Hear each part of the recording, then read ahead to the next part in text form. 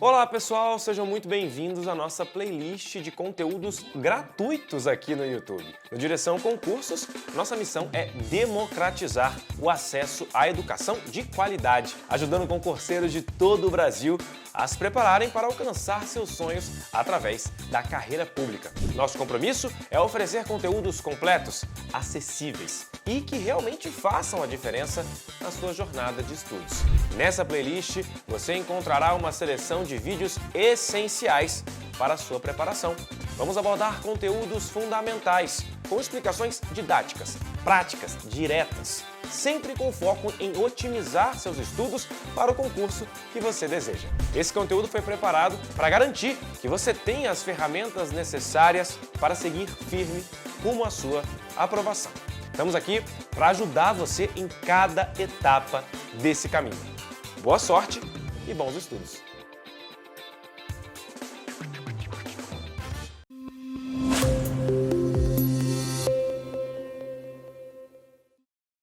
Pessoal, vamos prosseguir aqui no nosso curso de Direito Administrativo. Estamos falando sobre organização administrativa. Agora vamos tratar sobre os órgãos públicos, né? As características e as classificações dos órgãos públicos. Nós já sabemos que os órgãos públicos, eles são criados através do fenômeno da desconcentração, né? Que os órgãos públicos, eles não possuem personalidade jurídica própria. São centros de competência criados dentro da estrutura de uma entidade para o melhor desempenho dessa entidade, tá? Então vamos estudar as principais características dos órgãos públicos. Olha só, eles são, como nós falamos, centros de competência sem personalidade jurídica. Como os órgãos públicos eles não possuem personalidade jurídica própria, então eles não possuem a capacidade de adquirir direitos e de contrair obrigações perante terceiros. Quem tem essa capacidade são as entidades, que é aquele ente que possui personalidade jurídica própria. Apenas quem possui personalidade jurídica própria é que tem essa capacidade, tá, de contrair direitos e obrigações. Então, apenas quem tem a personalidade jurídica é que pode figurar, por exemplo, como parte de um contrato. Né? Porque quando você firma um contrato com alguém, o que é um contrato? O contrato ali é um instrumento que estabelece direitos e obrigações recíprocos. Quando você compra um bem, uma empresa, né, adquire lá na internet, você está fazendo um negócio jurídico, um contrato com aquela empresa. Você tem a obrigação de pagar aquela empresa e ela tem a obrigação de lhe prestar aquele serviço, de lhe entregar aquele bem.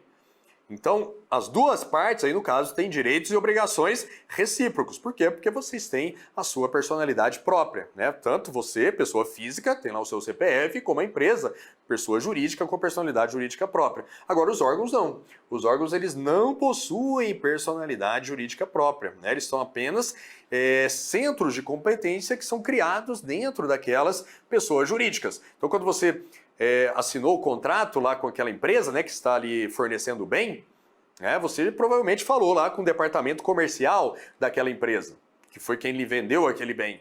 E aí depois você tratou lá com o departamento financeiro daquela empresa para acertar os detalhes do pagamento. Mas quando você assinou o contrato, você não assinou o contrato com o departamento comercial, com o departamento financeiro, não. Você assinou o contrato, olha lá no contrato está o CNPJ da empresa, porque esses departamentos, eles são órgãos, eles não possuem personalidade jurídica própria, eles são apenas centros de competência criados ali internamente àquela entidade para o melhor desempenho, ok? Quando nós estamos tratando de órgãos públicos, esses centros de competência sem personalidade jurídica, eles são instituídos para o desempenho de funções estatais dentro das entidades públicas, dentro das próprias entidades políticas, que compõem ali a administração direta, como também dentro das entidades administrativas, que compõem a administração indireta, beleza?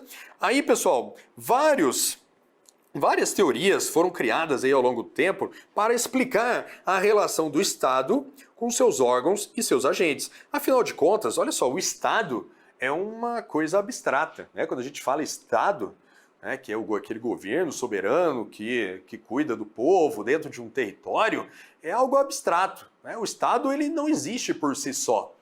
Ele, para se manifestar, para ele prover concretamente o interesse público, né, prestar os serviços à sociedade, ele precisa de alguém para atuar em seu nome, né, para representar ali o Estado perante a sociedade, perante os administrados. Então o Estado ele atua através dos seus órgãos, através dos seus agentes. Mesmo os órgãos, mesmo as entidades, também são coisas abstratas.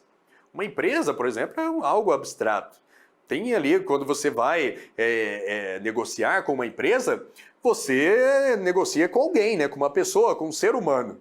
Então tem sempre um agente ali que atua em nome daquela empresa. Mesma coisa do Estado.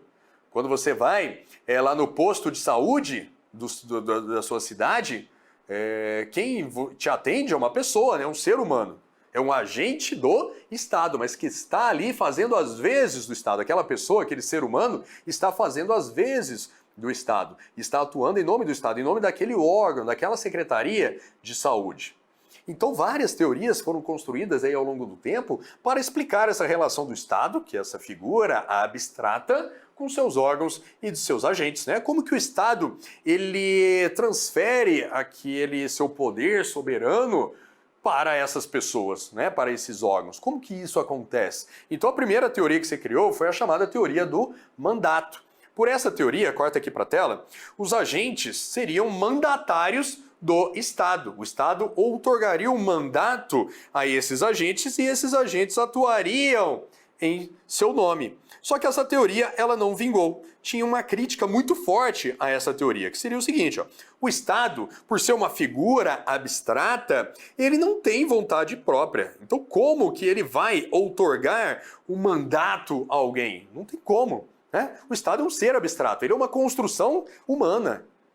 E ele não existe por si só. Então ele não tem vontade própria. E para que uma pessoa receba um mandato para atuar em nome de alguém, esse alguém que outorga o mandato tem que ter a vontade própria, só que isso não acontece com o Estado. Então essa teoria aqui, ó, ela deixou de ser adotada. Aí passou-se para a próxima teoria, que é aqui na tela, ó, a teoria da representação.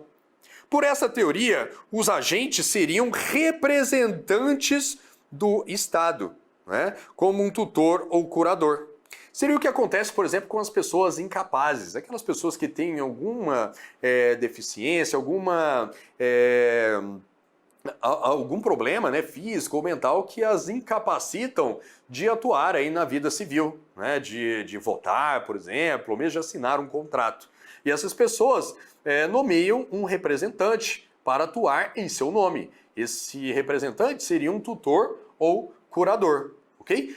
Então, adotou-se essa teoria. Os agentes do Estado, então, eles seriam representantes do Estado, né, que atuam como representantes do Estado. Só que essa teoria também não vingou. Olha só a crítica que foi feita a ela. Poxa, vocês estão, então, equiparando o Estado ao incapaz.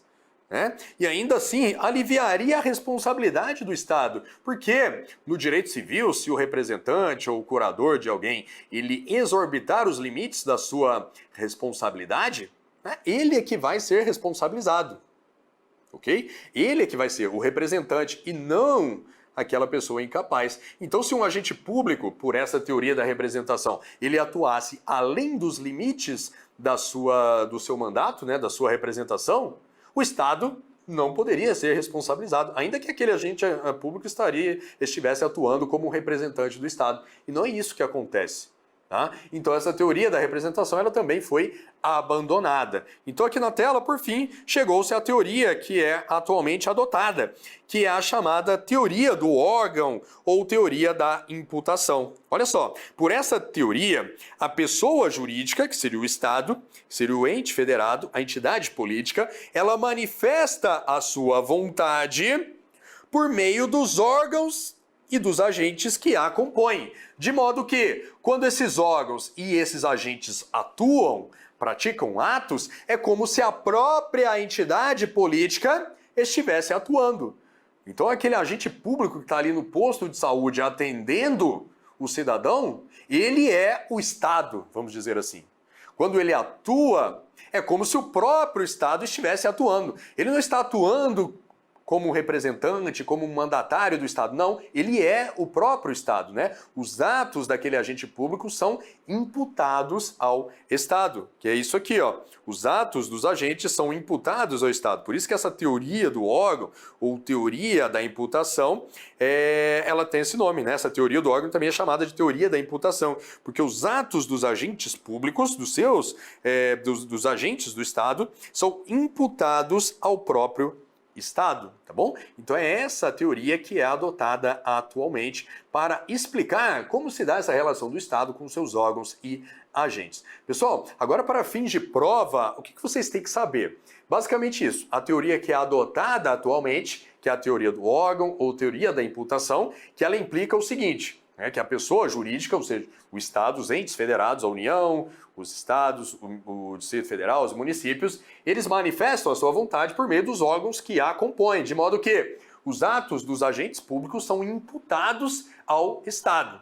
Quando aquele policial rodoviário federal, a Polícia Rodoviária Federal é um órgão da União, quando aquele policial rodoviário federal faz uma blitz e te para, e te aplica uma multa, quem está aplicando aquela multa é o próprio Estado, é a própria União.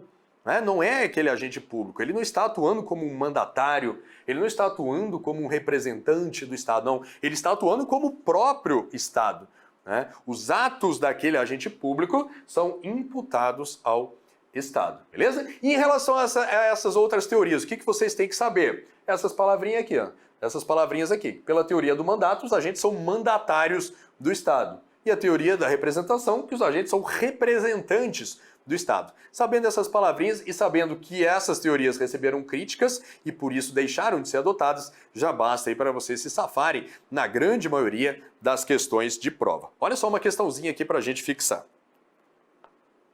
De acordo com a teoria da imputação, atualmente adotada no ordenamento jurídico brasileiro, a manifestação de vontade de pessoa jurídica dá-se por meio de órgãos públicos, dos órgãos públicos, beleza? Ou seja, conforme essa teoria, quando o agente do órgão manifesta a sua vontade, a atuação é atribuída ao Estado, beleza?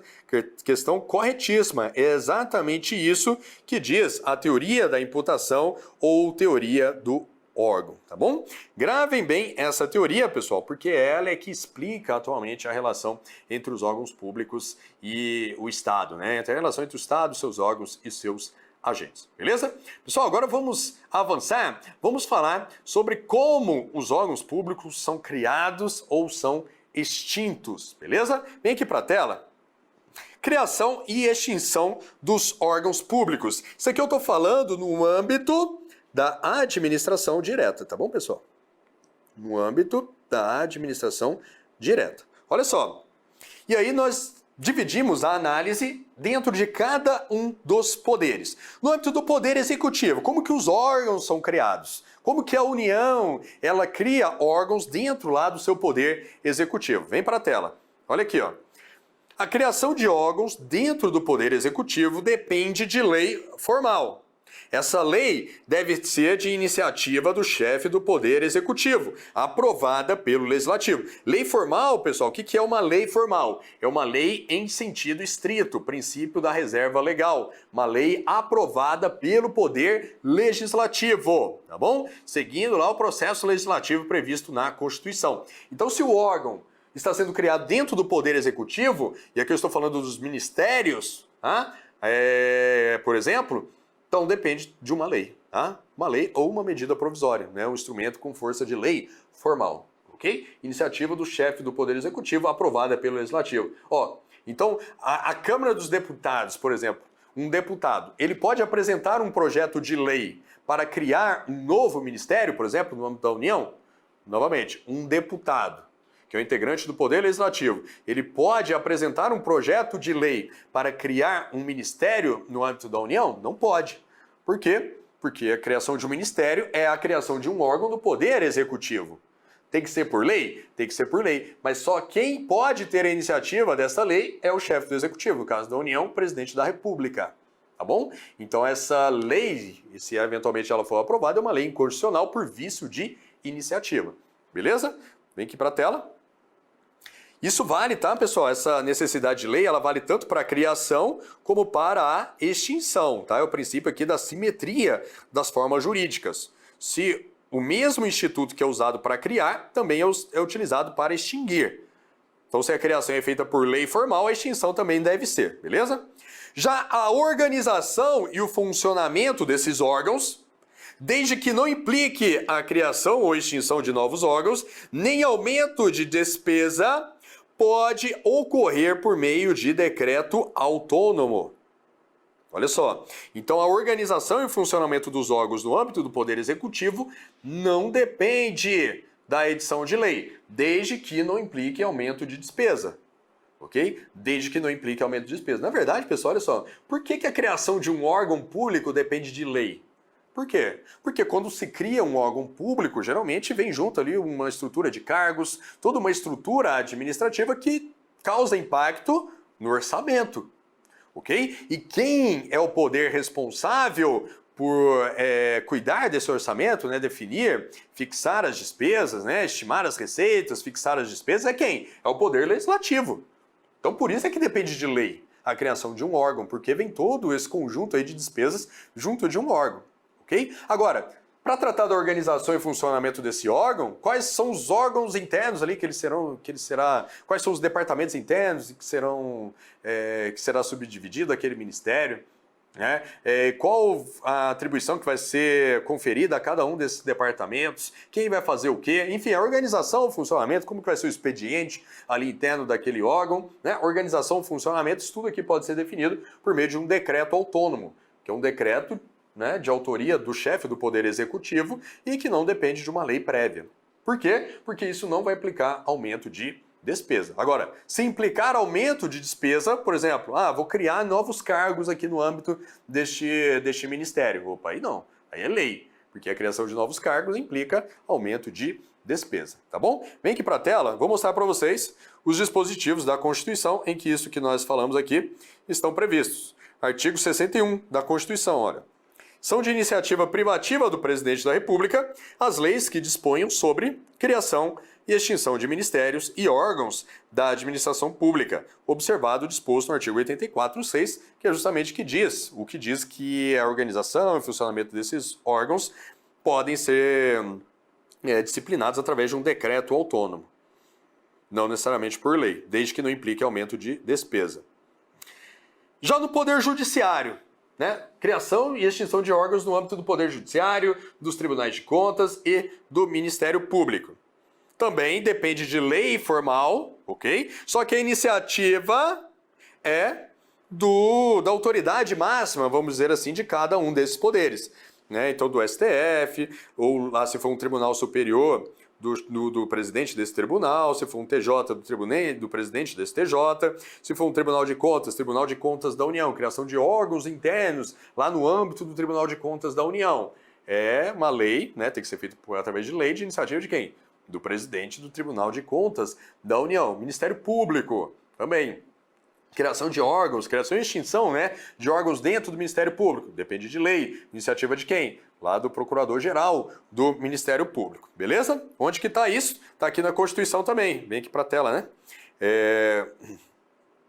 Olha aqui. Vou passar aqui para vocês. Olha só, no âmbito do Poder Judiciário, está aqui no artigo 96. Compete privativamente ao Supremo Tribunal Federal, aos tribunais superiores e aos tribunais de justiça propor ao Poder Legislativo respectivo, né? Propor ao Poder Legislativo, ou seja, ter a iniciativa de uma lei para o quê? A linha C, criação e extinção dos tribunais inferiores, seus órgãos, né? Alteração da organização e da divisão judiciárias. Isso está aqui no artigo 96 da Constituição Federal. E do Tribunal de Contas, está lá no artigo 73. Ó. O Tribunal de Contas, integrado por 9 ministros, tem sede no Distrito Federal, quadro próprio de pessoal e jurisdição em todo o território nacional, exercendo o que couber as atribuições previstas no artigo 96, que são exatamente as que vimos anteriormente. Ou seja, Então, o Tribunal de Contas também tem iniciativa privativa para apresentar projetos de lei sobre a criação e extinção de seus órgãos. O Ministério Público está lá no artigo 127, parágrafo 2º, ó. Ao Ministério Público compete, propor ao Poder Legislativo a criação e extinção de seus cargos e serviços auxiliares. Beleza? Novamente, pessoal, esses órgãos que são criados internamente dentro dessas estruturas, dentro desses poderes, são órgãos que vêm junto ali uma estrutura de cargos. Então, que implicam, que causam impacto orçamentário. Okay? Então, por exemplo, lá no âmbito do Tribunal de Contas da União, que é o órgão no qual eu trabalho. A criação dos seus órgãos internos também depende de lei, como a gente viu. Lá quando você pega a lei orgânica do tribunal, tem órgãos do tribunal, a secretaria. Então essa lei já criou uma secretaria. E aí vem junto com essa secretaria uma estrutura de cargos e de remunerações que vão causar impacto orçamentário. Só que essa secretaria, depois, ela é subdividida também internamente em vários outros órgãos subalternos. Esses órgãos subalternos, como eles constituem apenas uma subdivisão desse órgão maior, esses órgãos subalternos aí não depende de lei mais, Porque aí a gente entra naquela, organização e funcionamento, Essa organização aqui também implica a criação de outros órgãos internos dentro dos ministérios, por exemplo, lá no Poder Executivo. Então o ministério é criado, beleza, vem junto ali toda uma estrutura de cargos, uma estrutura administrativa, isso tem impacto orçamentário, depende de lei. Agora, essa estrutura de cargos, essa estrutura administrativa, ela vai ser depois distribuída internamente em vários outros órgãos, Tem uma organização dessa estrutura, vai criar ali algumas secretarias, uns departamentos. A criação dessas secretarias, desses departamentos, desses órgãos subalternos, que não causam impacto orçamentário, aí não depende de lei. Vai ocorrer aqui no âmbito do Poder Executivo por um decreto autônomo. No âmbito aqui dos tribunais de contas, do Ministério Público, essa organização interna, esse funcionamento acontece aí através de atos administrativos das suas autoridades máximas também. Não depende de lei. Beleza? Vem para a tela. E já aqui no Poder Legislativo, nós temos um entendimento que não depende de lei, mas de atos das respectivas casas. Porque é isso que eu falei, como o Poder Legislativo ele já é uma estrutura mais enxuta, ele já tem uma estrutura administrativa mais enxuta, a lei ela já vai tratar dessa estrutura de forma mais abrangente e depois as próprias casas legislativas vão ter o trabalho de quê? Apenas de organizar internamente essa estrutura. Então todos os órgãos internos do Poder Legislativo, aqui é um entendimento da doutrina, Todos os órgãos internos do Poder Legislativo seriam órgãos subalternos, vamos dizer assim, que não tem uma estrutura orçamentária definida. A lei do PRO que trata do Poder Legislativo já cria toda a sua estrutura administrativa e de cargos e depois o Poder Legislativo ele só vai fazer ali a sua organização interna. Então, a doutrina nos diz aqui que a criação de órgãos dentro do Poder Legislativo não depende de lei, mas de atos das respectivas casas. E elas tiram isso aqui da própria Constituição. Compete privativamente à Câmara dos Deputados dispor sobre sua organização, funcionamento, Então, como competiria à própria Câmara, isso aqui não seria objeto de lei. Na verdade, a estrutura administrativa das casas legislativas ela já deriva da própria Constituição. Depois, o que as casas devem fazer é apenas se organizar internamente. Também aqui no Senado Federal, dispor sobre a sua organização, não necessariamente através de lei. Mas assim, em tese, pessoal, essa questão aqui do Poder Legislativo, que não depende de lei, você só vai considerar, olha só, agora eu estou dando bizu de prova, tá? Você só vai considerar isso daqui se for cobrado expressamente. Se não falar nada, você vai considerar a regra. A regra. Qual é a regra? A regra é que a criação e a extinção dos órgãos públicos, no âmbito da administração direta, óbvio, depende de lei formal. De iniciativa de quem? Iniciativa da autoridade máxima do respectivo poder. Essa é a regra que vocês devem levar para a prova, beleza? Vamos olhar aqui uma questãozinha de prova. Somente se pode proceder à criação de um órgão público mediante lei de iniciativa da chefia do Poder Executivo, sob pena de inconstitucionalidade por vício de iniciativa. Pessoal, essa questão está errada porque ela está tratando aqui a criação de um órgão público de maneira geral. tá? Não está falando da criação de um órgão público do Poder Executivo. Ok? Então, ó, a lei de iniciativa da chefia do Poder Executivo é apenas para a criação de órgãos públicos no âmbito do Poder Executivo. Se for um órgão público no âmbito do Poder Judiciário, a iniciativa é do presidente do STF, do presidente do STJ, presidente do respectivo tribunal, conforme for o caso, tá? Então, por isso aqui a questão está errada. Mais uma.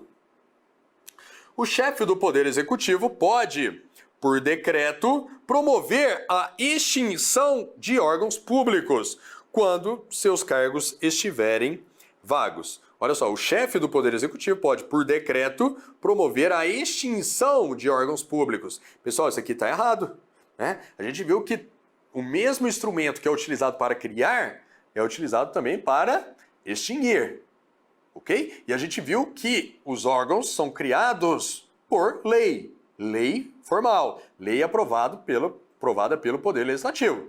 Ok? Então, se a lei formal é um instrumento para criar o órgão público, ela também é para extinguir este órgão.